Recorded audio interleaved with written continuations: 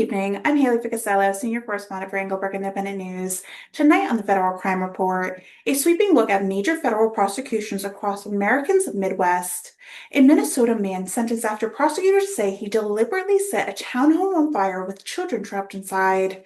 A multi-state South American burglary crew tied to $1 million in theft across Wisconsin, Minnesota, and Florida. A massive fentanyl trafficking conspiracy stretching from Arizona to the Midwest. Federal prosecutors unveil a disturbing case involving artificial intelligence generated child exploitation imagery. Doctors, nonprofit executives, business owners, gang members, prison employees, and repeat violent offenders all facing justice in the federal courtroom across the region. And investigators in Ohio announced one of the largest cocaine seizures in recent regional history, more than 700 pounds of alleged connected to Southwest Ohio trafficking operation. This is your mid-May 2026 Federal Crime Report. I'm Haylee Ficuciello. Federal prosecutors in Minnesota say a calculated act of arson nearly turned into a massive murder case involving multiple children, including an infant trapped inside a burning home. 23-year-old Abdurrahim Adil Abduli of Eden Prairie has been sentenced to 15 years in federal prison after pleading guilty to arson resulting in personal injury. According to federal court records, the fire erupted on May 31st of 2024 at approximately 11:27 in the morning. Inside the townhome were 5 people, 1 adult male and 4 children. When the firefighters arrived, 3 children and the adult occupant had escaped the fire, but the 9-month-old infant remained trapped inside the burning residence. Emergency responders entered the smoke-filled structure and rescued the child before transporting the infant to the hospital. Federal prosecutors say the attack was targeted intentionally. Investigators revealed that Abduli had previously been placed on probation of violating a restraining order involving the infant's mother. Just 2 days before the fire, prosecutors say Abduli sent threatening messages stating, "When I see you, I'm smoke you." Authorities say he also threatened to kill the child's mother in person. On the day of the arson, investigators say Abduli rented a vehicle through a third party, purchased gasoline using a red fuel can, parked nearby behind hedges to avoid detection, and wore plastic gloves while transporting accelerant to the home. Federal fire investigators determined he soaked clothing in gasoline before igniting the fire near the entrance of the residence. The flames destroyed the home, collapsed garage roof, and melted front door hardware and damaged neighboring townhomes. At sentencing, the federal court determined Abduli intended to kill the child's mother. The judge described the act as calculated and cold. Because of that filing, the arson sentence followed federal attempt murder guidelines. Federal prosecutors also announced the conviction of Jamal Ace Makar Cryer in a methamphetamine and cocaine trafficking conspiracy centered in St. Paul. Following a 3-day federal jury trial, Cryer was convicted on conspiracy to distribute methamphetamine and cocaine, as well as illegally possessing body armor as a prohibited felon. Authorities say Cryer entered a St. Paul stash house and later exited carrying approximately 140 pounds of narcotics. A subsequent search of his residence uncovered prohibited body armor. Federal officials noted Cryer has already been convicted in 2016 for methamphetamine distribution. The case represents the second conviction in a broader trafficking conspiracy. Moving to Wisconsin, federal prosecutors have indicted 4 South American nationals accused of participating in a sophisticated interstate burglary operated linked to approximately $1 million in losses. Authorities identified the suspects, the Chilean nationals Lucano Alexis Silvia Suvatos and Bernardo Alejandro Soja Silvia, Leonardo Felipe Punto Uba, and Venezuelan national Nubraki Jesus Laura Wati. Investigators say the burglary crew illegally entered the United States and traveled between Florida, Wisconsin, Minnesota, committing residential break-ins. Federal authorities allege the crew stole cash, firearms, jewelry, precious metals, and rare coins from upscale residents. The investigation was conducted through the Homeland Security Task Force involving FBI, Homeland Security Investigation, IRS Criminal Investigation, and local law enforcement. According to the prosecutors, Wadi allegedly coordinated Airbnb rentals, financial transactions, and bail agreements for members of the burglary network. The defendants now face federal conspiracy, interstate transportation of stolen property, and money laundering charges. Federal investigators in Wisconsin also announced sentencing for 8 members of fentanyl trafficking organization operating primarily in Green Bay and Milwaukee. Authorities seized more than 175,000 fentanyl pills during the investigation. The group referred to themselves as GTR, short for Getting to Riches.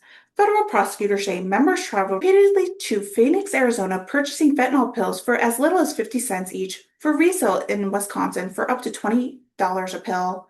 At sentencing, Ricky Chambers received 204 months in federal prison. Jaylene Allen received 168 months in prison. Peyton Shipman Allen received 167 months. Tavian Love received 120 months. Darius Ricks received 120 months. Xavier Newsom received 108 months. Eugene Herod received 48 months. Investigators say members openly discussed luxury vehicles, cash, jewelry, and designer goods on social media while prompting rap music tied to the organization. One defendant allegedly stated in the video, "We really rich off nothing but fentanyl." Federal experts testified 7 out of every 10 fentanyl pills tested by the DEA laboratories contained potential lethal doses. Federal prosecutors also announced the sentencing of Bradley D. Hansel, a former Wisconsin correctional officer. Hansel received 13 years in federal prison for coercing and exploiting a minor in the Philippines online. Authorities say he paid individuals overseas for videos depicting sexual abuse of children, including a 13-year-old girl. Investigators recovered videos and communication from his electronic devices during a federal search warrant operation. Moving to Michigan, a federal jury in Detroit convicted Dr. Peter Nowak, a physician accused of concealing income connected to illegal opioid prescription sales and tax fraud. Federal prosecutors say Nowak operated medical businesses while hiding profits through shell corporations placed in names of other individuals. Authorities allege Nowak illegally sold prescriptions for highly addictive opioids, including Oxycontin and Oxycodone, charging approximately $500 per prescription. According to the trial evidence, Nowak unreported more than $2 million in taxable income and avoided paying over $725,000 owed to the IRS. During one tax year, prosecutors say he only paid $500 in tax despite earning more than $400,000. Federal investigators also testified Nowak prescribed more than 2.8 million doses used of controlled substances during the years under investigation. Federal prosecutors also secured guilty pleas of Naslie Mason Smith, accused of leading a multi-state check fraud conspiracy responsible for more than $1.5 million in losses. Authorities say Smith provided fake identification documents, stolen personal information to co-conspirators who opened fraudulent bank accounts and deposited stolen checks. The investigation involved the U.S. Postal Inspection Services and Transportation Security Administration investigations. A former West Michigan nonprofit executive has been sentenced to 70 months in federal prison after prosecutors say she sold money intended for vulnerable preschool children. Dr. Neki Eza, founder of Early Learning Neighborhood Collaborative, was convicted of orchestrating a fraud scheme involving approximately $1.4 million. Federal prosecutors say the nonprofit received taxpayer and donor funding intended to support underserved children throughout early education services. Instead, authorities allege Ezra diverted money towards personal luxury travel, family expenses, ghost payroll scheme, and transferred to relatives overseas. The fraud ultimately forced the nonprofit to close in 2023, leaving dozens of unemployment and disrupted services for children throughout West Michigan. Moving to Iowa, federal prosecutors in Iowa announced that the conviction of Lawrence Larry Burns, a Minnesota farmhand accused of stealing livestock and grain across state lines over a 7-year period. Authorities say Burns secretly loaded extra cattle and grain shipments while transporting legitimate loads for the employer. Federal prosecutors estimated the loss of exceeding $150,000. Burns sold the stolen livestock in Iowa using his own name while falsely claiming ownership interests in animals. A disturbing federal child exploitation case in Sussex Falls is drawing renewed attention to the growing role of artificial intelligence in criminal investigations. 62-year-old Keith Havner pled guilty to possession of child pornography after investigators discovered more than 1,000 AI-generated explicit images involving children. Authorities say Havner used artificial intelligence software to digitally remove clothing from photographs of children taken from social media. Investigators also allege he created fake online profiles involving a 14-year-old girl and engaging in sexually explicit conversation with adults online. Federal authorities say some individuals discussed traveling across state lines to engage in sex acts with fictitious children. Additional evidence alleged showed Havner created explicit images involving female coworkers. Federal prosecutors also announced a conviction of Cedar Rapids occupational therapist Eric Newsom. Authorities say Newsom stole narcotic medication from elderly patients, including a cancer patient receiving hospice care. According to the court records, Newsom replaced prescription hydrocodone tablets with zinc pills that he altered to resemble the narcotics. The patient died days later. Investigators also accused Newsom of burglarizing assisted living apartments while searching for narcotics. Turning to Illinois, a convicted felon has been federally charged after allegedly bringing a loaded handgun into Chicago's Dirksen Federal Building.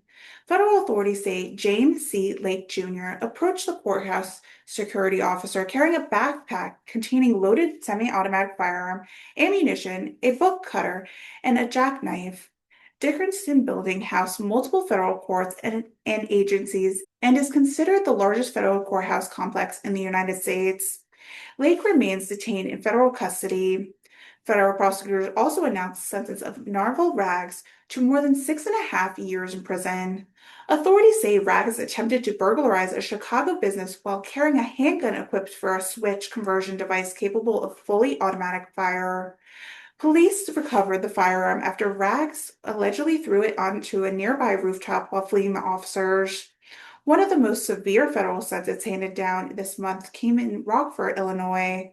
45-year-old Matthew Kaufman received 150 years in federal prison after pleading guilty to producing child pornography involving numerous children over more than a decade. Federal prosecutors say Kaufman used Snapchat and other social media applications to exploit victims, including infants and toddlers. Authorities recovered hundreds of videos documenting the abuse. Kaufner has previously been convicted in 2008 of possession of child pornography. A federal jury also convicted former prison employee Danny Spikner of sexually abusing two inmates while working at the Federal Correctional Institution in Thompson, Illinois. Spikner faces up to 15 years in prison on each count at sentencing later this year. Moving to Indiana, federal prosecutors in Indiana announced the sentencing of dangerous repeat offender following a violent SWAT standoff in Indianapolis. Authorities say the defendant threatened his girlfriend with a revolver before barricading himself inside the residence. During the standoff, prosecutors say he fired multiple rounds towards the SWAT officers and even shot down a police drone. Investigators later recovered firearms and spent shell casings throughout the property. No officers were injured. Federal prosecutors in Indianapolis also announced lengthy prison terms for a sixth convicted drug trafficker connected to methamphetamine, fentanyl, and cocaine distribution. Among the sentence, Antoine Schmuckford received 20 years, Joshua Ritchie received 15 years, Carlos Bollock received 10 years, Aaron Burke received 10 years, Derek Griffin received 10 years, Wildroff Reyes Dominguez received 10 years, and faces deportation proceedings following the arrest. Authorities seizure fentanyl, heroin, methamphetamine, firearms, machine gun conversion devices, and more than $285,000 in cash during the investigation. One defendant allegedly transported narcotics inside a child's diaper bag while traveling with their family. Turning to Ohio, federal authorities in Ohio announced one of the Midwest's largest recent cocaine seizures. Investigators say Homeland Security Task Force surveillance led to the arrest of Damian and Diego Gallen after authorities tracked suspected activity involving storage containers transformed between Columbus and Fairfield, Ohio. Initial searches uncovered approximately 80 kilograms of suspected cocaine. Subsequent search expanded the seizure, totaling approximately 325 kilograms, or more than 716 pounds, with an estimated street value of $5.8 million. Authorities also recovered firearms, cash, and suspected methamphetamine. Both defendants now face federal trafficking charges carrying potential life sentence. Federal prosecutors also announced the sentencing of Austin Pittman to 14 years in prison. Authorities say Pittman used artificial intelligence software to alter images of real children into explicit sexual imagery. Investigators discovered the content during a cyber tip investigation connected to the Kik messaging platform. Federal agents recovered numerous devices and secretly recorded material involving children known to Pittman. In Columbus, Terrence Cummings received more than 34 years in federal prison for exploiting high school girls through drugs, gifts, and coercion. Investigators identified more than 20 victims.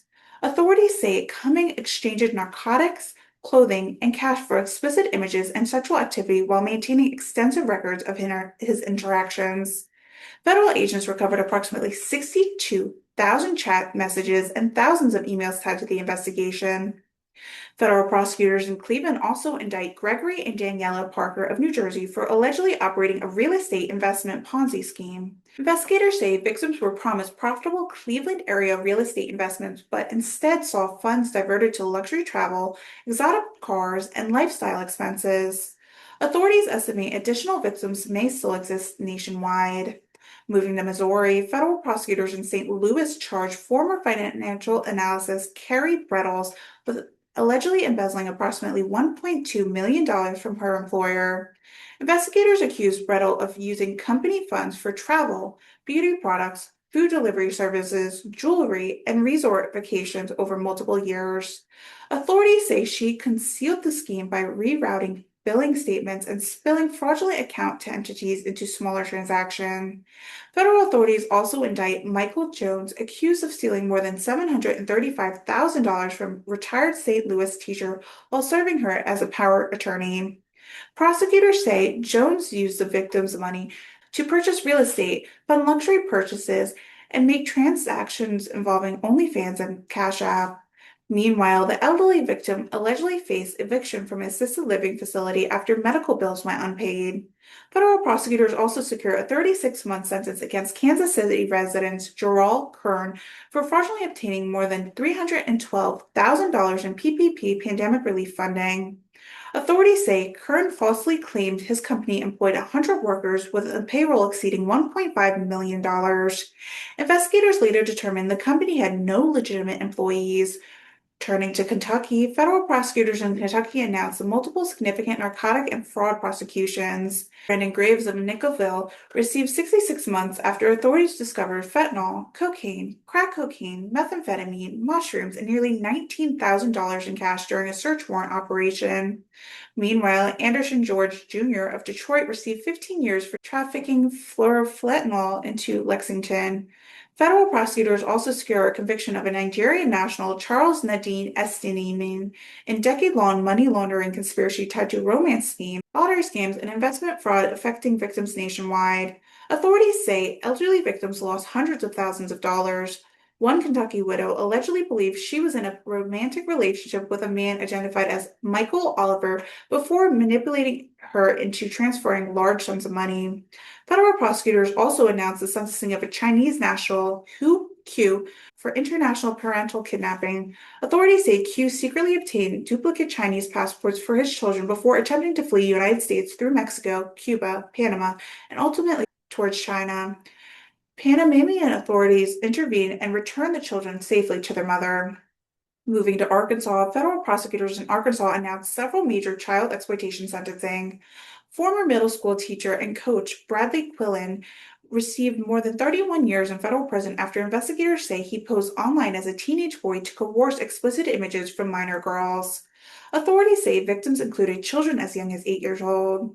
Meanwhile, Australian permanent resident Gabriel Perkfolk received more than 28 years after traveling from Missouri to Arkansas during an undercover child exploitation sting. Investigators say Perkfolk communicated with undercover officers posing as a mother willing to facilitate abuse involving two daughters. And North Carolina resident Brian Hugh received 27 years after traveling to Arkansas and producing explicit content involving a 15-year-old girl. Federal investigators later discovered additional child exploitation material on Hughes' device involving children as young as 4 years old. From violent organized drug trafficking operations to financial fraud, child exploitation, public corruption, gang activity, narcotics conspiracy, and sophisticated cyber-enabled crimes, federal investigators across the Midwest continue to pursue some of the nation's most serious criminal prosecutions. As always, All defendants are presumed innocent unless proven guilty in the court of law. For continued coverage of federal crimes, organized criminal investigations, and nations involving public safety challenges, stay with Englebrook Independent News. I'm Haylee Ficuciello. Good night.